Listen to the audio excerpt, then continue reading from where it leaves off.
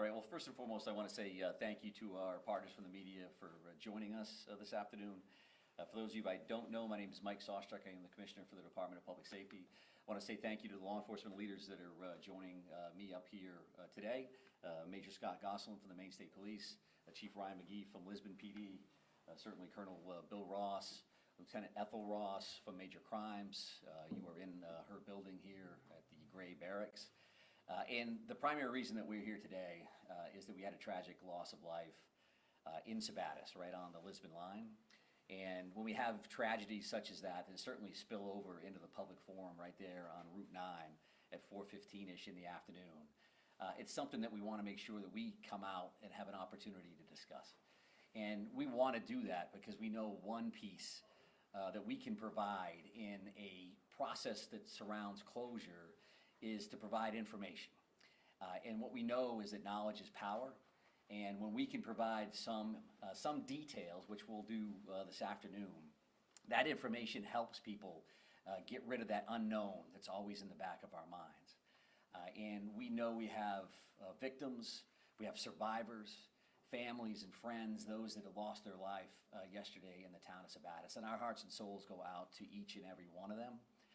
Again, and it's important that we come out here to represent them and really also to send a message to the entire state of Maine that we care about you, we hear you, we see you. And when events like this happen anywhere in this state, it impacts every single one of us. So with that in mind, we're going to follow a little bit of a process here to kind of walk through a timeline. And that timeline is going to include Colonel Ross coming up and kind of walking through the major crimes response. And then we're going to turn it over to Chief McGee, who had first responders actually respond when this first came in. I will note that we're less than 24 hours into this. This occurred, again, about 23 hours ago. So there are guaranteed to be questions that we can't answer at this point. I would also say that our friends and partners with the Androscoggin Sheriff's Office and for the Sabattus Police Department were invited to join us today, and they're just busy in other locations and could not join us. So we can't answer questions on their behalf. That's certainly not our intent. But as the primary entity that investigates homicides in this state, we certainly are prepared to kind of walk through some of those timelines. So with that in mind, again, I want to say thank you for being here. Thank you for giving us the opportunity to reach out to people we care about, residents from across the state. And what we're going to do from a process standpoint is Colonel Ross will go first, Chief McGee will go second. Please hold any questions that you may have till the end, and then we will come up and try to do the best we can to answer those for you, okay? So thank you very much, Colonel Ross. Good afternoon, everyone. Thank you, Commissioner. I want to point out that this was a multi-jurisdictional response to this. The Maine State Police came in shortly after the incident concluded with their major crimes unit to conduct the death investigations. I'm going to go through a timeline of what happened yesterday in as much detail as I can give you, and I'll give some time afterwards. You guys can ask me some questions. We get as much information out as possible. I also want to recognize the fantastic response by our partners, Lisbon Sabattus Police Departments, Androscoggin County Sheriff's Office, and the rescue workers that helped some of the victims that were there yesterday. They did a tremendous job. This was a very dynamic scene, something you don't see typically, and they did a great job in bringing it all together, preserving the crime scene so when our folks got there. I just want to take you back to yesterday, which was April 2nd. Sometime during the day, a man by the name of James Davis III, he's a 29-year-old. He lives at 143 Doobie Drive in Sabattus. He went over to his father's house. His father lives at 27 Birchwood Drive, also in the town of Sabattus. He brought over there and spent the majority of the day there with family members. His father resides at that residence and his grandmother as well, but he was there with other family members. And throughout the day, he started to act erratically. and he started saying things that didn't make sense. He was also armed. He was armed with a sidearm, a .357 revolver. He was armed with an AK-47 rifle. And we believe he also had maybe one or two other firearms that he had brought over to that residence on Birchwood Drive. Throughout the day, family members were trying to get in touch with James Davis III's mother. She's kind of the primary caregiver to James, even though he's a 29-year-old male. They live together, and she seems to be the one that's able to calm him down when he has these types of issues.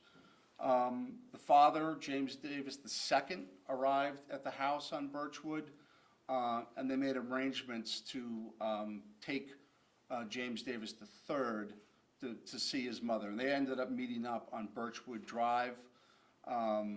James Davis III got into the vehicle with his mother, Christine Smith. Christine Smith is a 47-year-old. She lives with James at 143 Doobie Drive in Sabattus. And they continued to drive in the car, making their way to the intersection of King Street, where it bisects with Route 9, which is right at the Lisbon-Sabattus town line. At that point in time, we believe James Davis III used the .357 revolver and shot his mother, causing the vehicle to cross the roadway and end up on someone's front lawn. First responders found Christine Smith deceased behind the wheel of that vehicle after their response a couple moments later. James Davis III exited that vehicle, and he had the AK-47 style rifle in his hand, and he pointed it down the roadway to oncoming traffic that was traveling from Lisbon into Sabattus on Route 9. He opened fire on several vehicles. He struck the occupant and operator of a vehicle, Catherine Williams, 53, also of Sabattus. She was just driving down the road in her SUV. Several bullet holes went through the vehicle, and she has no known association to James Davis III. She was struck, and the vehicle continued down Route 9, crashed into a house, and she was later found deceased from those gunshot wounds by first responders. Her autopsy is pending. James Davis III continued to fire that rifle at oncoming traffic. He struck another vehicle, another two vehicles, occupied by David Wilson, 35, of Hartford, who was driving his pickup down the road, and also a Tyson Turner, a 19-year-old of Jay, also driving a truck in that same direction on Route 9, Lisbon into Sabattus. Several vehicle strikes to the vehicles. Both individuals were hit and wounded. They were able to pull over, and those were the two individuals that were able to call 911, one of several people that did, and reported what had happened to them. Immediately after shooting those two individuals in their car, James Davis III, and we have a witness that had seen this, turned that AK-47 rifle on himself and died at the scene of a self-inflicted gunshot wound. Again, a very dynamic scene involving a mother and an adult child, so it has a domestic undertone to it. And then you have random acts of violence of people that James Davis III did not know and did not have contact prior to the shooting. Again, I want to recognize the great work done, particularly by the rescue squad that arrived on scene. We had two people that were eventually transported to Central Maine Medical Center for non-life-threatening injuries. And then the great work that first responders did in securing that scene, securing the crime scene, and shutting down the roadway. Tremendous amount of work to do. This happened in a very short period of time. And then the major crimes unit from the state police arrived shortly after that, maybe an hour or so after that, and they were on scene till about 2:30 in the morning. They're back at it today, tracking things down, working with the medical examiner's office and the attorney general's office as is part of the protocol. Again, long night, very devastating to the community, particularly when you have anyone that's killed, and unfortunate and certainly unnecessary.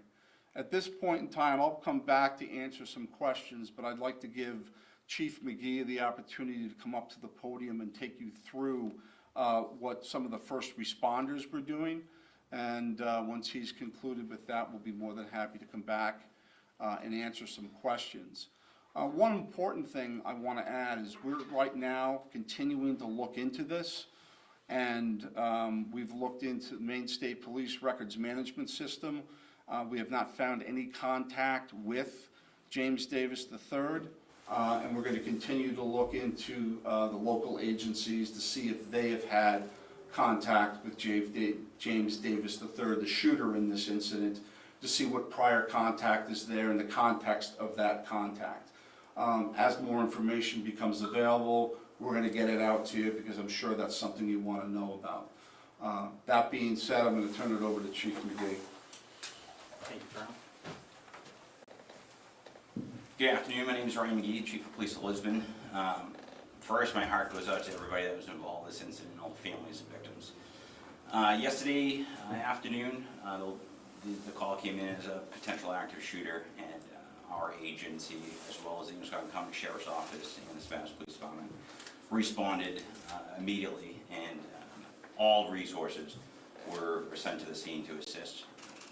Lisbon Fire, Sabattus Fire, Lisbon Emergency, Muscogee County Sheriff's Office, Muscogee Sheriff's Office, Lisbon Police Department.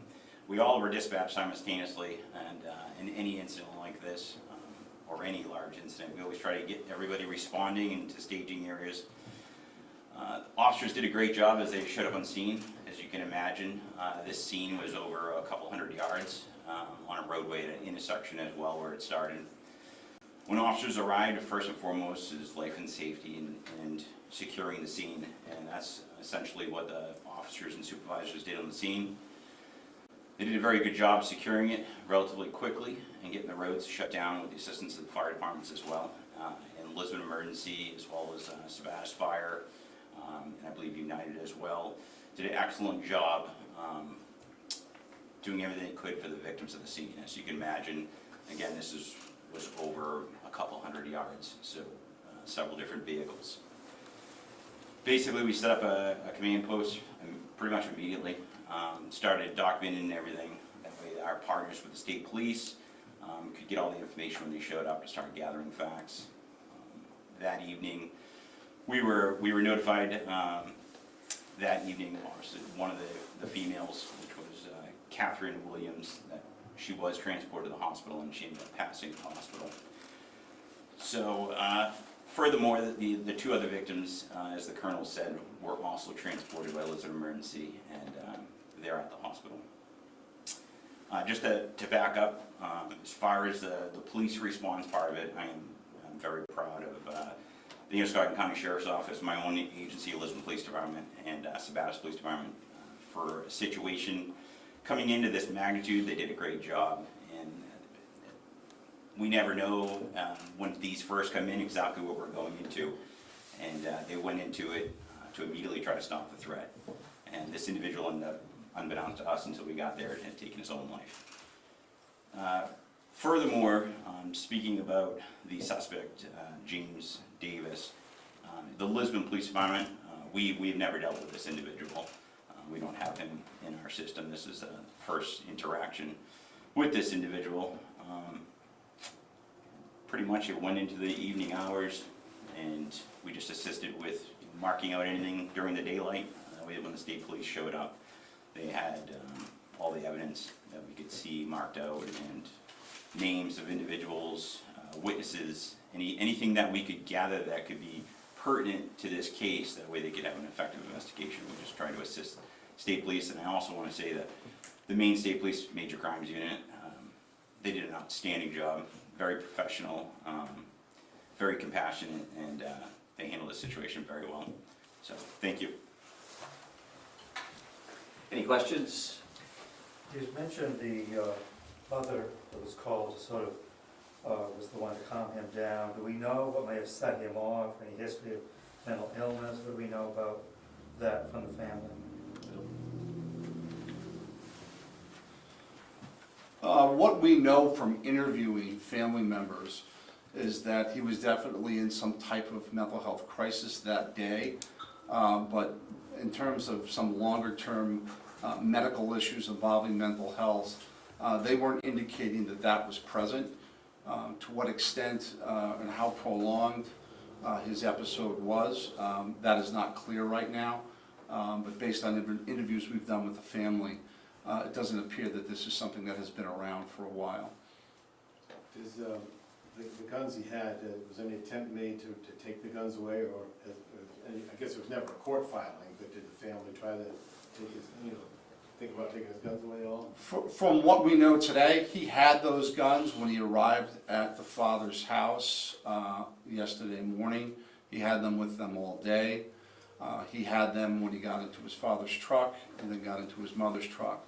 And based on interviews we've had, I don't believe there was any discussion of removing those firearms or calling the police. Someone who's acting erratically, though, do you feel like that's an indication that maybe we should? It'd be a good time to call the police. Were they guns that he had possessed for a long period of time, or were these guns that he may have purchased recently? Do you know? He has several firearms. Again, the investigators went to the residence and recovered more firearms at the house. We're tracking down all of those serial numbers, and we'll be able to have more definitive information as this investigation continues. How did he get to his father's house? Did he drive himself, or was he driven? I believe he was driven by his mother in the morning. Okay. And he was a functioning, normal adult. He was 29. He was living with his mother. Was this a caretaking situation in any sense? I know you said there wasn't a history of mental health struggle, but was this just a living situation? He was 29, living with his mother, didn't have a driver's license, and I think his work history was sporadic based on interviews with family members. And that's really all we have. Doesn't appear to be someone who really went outside the area or worked outside the area. So someone very localized to Sabattus over a long period of time, most of his life. Was there any possible history of drug use or anything of that sort? That's something we're still looking at right now. Obviously, there will be an autopsy to determine if any of that's present. The question was about drug usage, and the autopsy should be able to determine if there's anything on board. We had the case in Yarmouth where they, after a deadly shooting, they shot at strangers as well in Yarmouth. What does that say about why do people do that? And from your training, what do you know about people who target just strangers after doing something like that? And that's one of the things that we do, is try and be as thorough as we can, because when you have random acts of violence, you really need to vet that out, and that is truly a random act of violence. Is there any connection between the shooter and the last 3 people that were shot? And right now, we don't believe that there is any connection with them. And that isn't that common. This wasn't like a robbery or something, a crime of in the moment. This was something that you don't see very often, even though we saw it in Bowdoin just not too long ago in Maine, but it is uncommon. Did they think he was on drugs at all? To be determined. We haven't found any, and the family didn't indicate that he was on any. A witness told me that it appeared other cars had stopped thinking that this car got in an accident. They were trying to help, and all of a sudden someone's fired. But there were other people, not including the 2 men in the trucks and the woman that ended up getting shot. But there were other people who escaped his firing. Yeah, good question. No one else that we know of, no other vehicles that we know of that were hit. Obviously, depending on how many rounds are shot, and once we get to the bottom all of that, no one has come forward that said that they had received any injuries or any damage to their vehicles. But that's a busy area, busy time of day. People are coming home from work. You can only imagine what you're rolling into. What you might think is a traffic accident because there's several vehicles off the road, and it turned out to be anything but a traffic accident. A witness told me that he believed he heard the contents of a single clip. Does that seem accurate? Can you describe that again? That what he heard was like 10 shots or a single clip? I think that was consistent with what you saw at this, what we saw at the scene when we were processing it, sure. Do you know if it was 10? Because we've heard variations, we've heard 10 to 15. We'll get exact numbers out once we're done processing the scene and things are processed at the crime lab. You have to know how many rounds were in a magazine and what's in the chamber and all that stuff. And our evidence response team's going through all of that stuff now, plus all the other firearms that were recovered. So in due time, I think we'll have that information for you. Would 10 to 15 be a safe reporting number? For shots that were fired, I think that it's gonna be probably close to something like that, but an exact number I'm not gonna commit to right now. Was the location of King Street and Route 9 have any significance to the shooter, or was it just a random location that it happened? It's close to the father's residence, and it's not too far from where the mother lives either. It looks like they were going back to the mother's house. We don't know that for certain, but that would be one of the ways they would go, depending on where they met up on Birchwood Drive. You're basically just looping right back around to that T intersection where King Street hits Route 9. So just when things happen to Yeah. bubble over in the car? That's the neighborhood, and you know, what made him act at that moment, we won't know. I think you mentioned, but I want to verify, Kay Williams, the innocent woman in the truck or car, who was struck, and her car continued on. We did see a White House, which appeared another vehicle was hit. I assume her vehicle was taken away, and there was a hole in the house. Was she hit, where was she hit, and how much distance between where she got hit and this house where she crashed? I think multiple times the vehicle was hit. I think it was struck 4 times, and in multiple places of the vehicle. You can imagine the person shooting and a car's driving by, and she was struck and died from those injuries. Were these guns registered in his name, and how did he get access to these, and how long ago did he buy them? We're getting into all of that now, and we'll have that information for you shortly. He had a lot of firearms, and he had firearms back at his house as well, and we're going through all of that. And the house where Mrs. Williams' car landed, we saw, like my reporter was saying, a damaged, I think SUV or a minivan, and plus a blue tarp over top what looked to be a hole. Was that the house where Mrs. Williams' car landed? That would be consistent with what we were dealing with, yes. Do you have the address for that house? I don't have that. It's right on Route 9, just in from King Street. Anything else? We can get that for you, though. Is there any like security cameras or footage that you've been able to? All that we're looking at, and you know, with everybody carrying a cell phone today, we'd certainly be interested if anyone had any footage of looking at someone's cell phone. This happened really quick, but if someone was there, we would like to speak to them, and certainly if they had any video footage. Typically, we will look for those types of things when we're processing scenes. All right, thank you very much. We appreciate your time. Thanks for being here. Thank you.